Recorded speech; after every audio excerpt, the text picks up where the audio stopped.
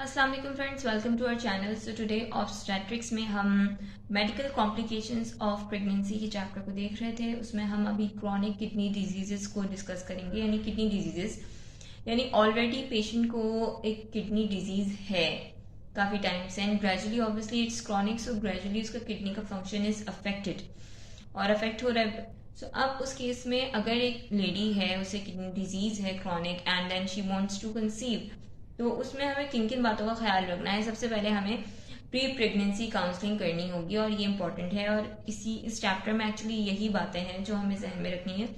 तो pre pregnancy counselling यानी pregnant होना चाह रही है and before that we have to counsel her कि क्या क्या रिस्क हैं, अवेयरनेस देनी है उसे। तो सबसे पहले अगर किसी को किडनी डिजीज है and he don't want to conceive, तो जब तक वो कंसीव नहीं करना चाह रही, कोई उसे सेफ कॉन्ट्रासेप्टिव मेथड को बताना हमारी जिम्मेदारी है।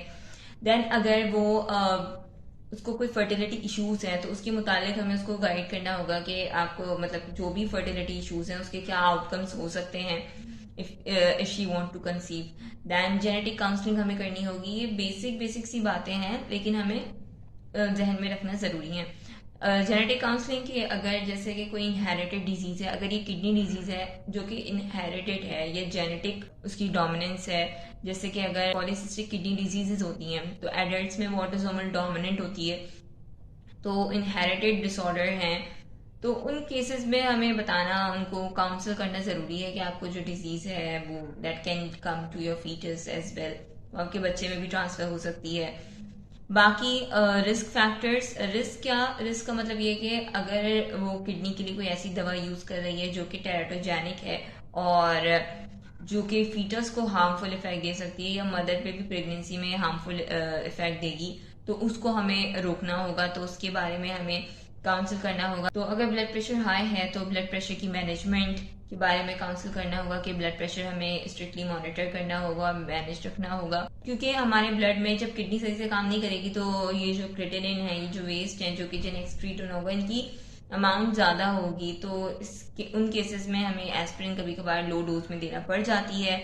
बाकी कोई भी एंटी कोगुलेंट है उसकी भी जरूरत पड़ सकती है, तो वो हम किस तरह देंगे उसके बारे में काउंसिल करना। देन जो भी ट्रीटमेंट पेशेंट को दी जा रही है, पेशेंट को स्ट्रिक्टली बता देना कि जो भी ट्रीटमेंट आपको दी जा रही है you have to be compliant, आपको उसको स्ट्रिक्टली फॉलो करना है, क्योंकि फिर अगर स्ट्रिक्टली फॉलो नहीं करेंगे तो कॉम्प्लिकेशंस आ सकती है। इवन और ये भी बताना है, अवेयर करना है कि इवन स्ट्रिक्ट फॉलोइंग के बाद भी कॉम्प्लिकेशंस आ सकती हैं जिसमें उनकी प्रीटर्म डिलीवरी भी हो सकती है एंड बाकी प्रोलॉन्ग एडमिशन भी उनका करना पड़ सकता है ड्यूरिंग प्रेगनेंसी। बाकी ये भी हो सकता है कि प्रेगनेंसी से मजीद उनकी जो कंडीशन है वो डिटोरिएट हो और उनका रीनल फंक्शन ज्यादा ही तेजी से डिक्लाइन होने लगे, जिसकी वजह से she can even go to dialysis.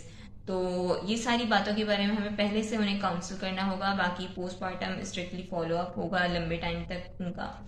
तो ये हमने प्रीटर्म काउंसलिंग को देख लिया। अब हम रिस्क को देखते हैं कि मदर में अगर क्रॉनिक किडनी डिजीज है तो उसका मदर पे क्या इफेक्ट पड़ेगा ड्यूरिंग प्रेगनेंसी एंड फीटस पे क्या इफेक्ट पड़ेगा। मदर को अगर ग्रेड 1 एंड स्टेज 1 और स्टेज 2 की है, स्टेज 1 में GFR इज 90 तक होता है, तो दैट वो उसका इतना इफेक्ट नहीं पड़ता हार्मफुल। बाकी अगर ग्रेड 2 में 60 से 90 होता है वो भी चल जाता है, कोई प्रेगनेंसी में सच कॉम्प्लिकेशन ज्यादा नहीं आती और अनइवेंटफुल प्रेगनेंसी हो सकती है। लेकिन अगर उन्हें stage 3 and stage 4 chronic kidney disease है, बहुत ज्यादा ही उनका GFR अफेक्टेड है, तो उस केसेस में प्री कॉम्प्लिकेशंस हो सकती हैं, जिसमें सबसे पहले मदर को प्री एक्लेम्शिया के चांस होंगे। प्री एक्लेम्शिया इज बहुत सारी जो क्रॉनिक डिजीजेस हैं या वैसे भी कोई प्रॉब्लम है तो उसमें प्री एक्लेम्शिया बहुत ही ज्यादा कॉमनली हो जाता है। सो प्री एक्लेम्शिया के बारे में हमें उनको बताना होगा, और प्री एक्लेम्शिया का रिस्क है मदर को हो सकता है, तो इस वजह से उसकी स्ट्रिक्टली मॉनिटरिंग करनी होगी। बाकी फीटस में क्या इसका रिस्क हो सकता है, तो इंट्रायूट्राइन ग्रोथ रिटार्डेशन हो सकती है because kidney function is affected. बाकी प्री टर्म डिलीवरी हो सकती है, IUD हो सकता है, इंट्रायूट्राइन डेथ हो सकती है, C सेक्शन की जरूरत पड़ सकती है।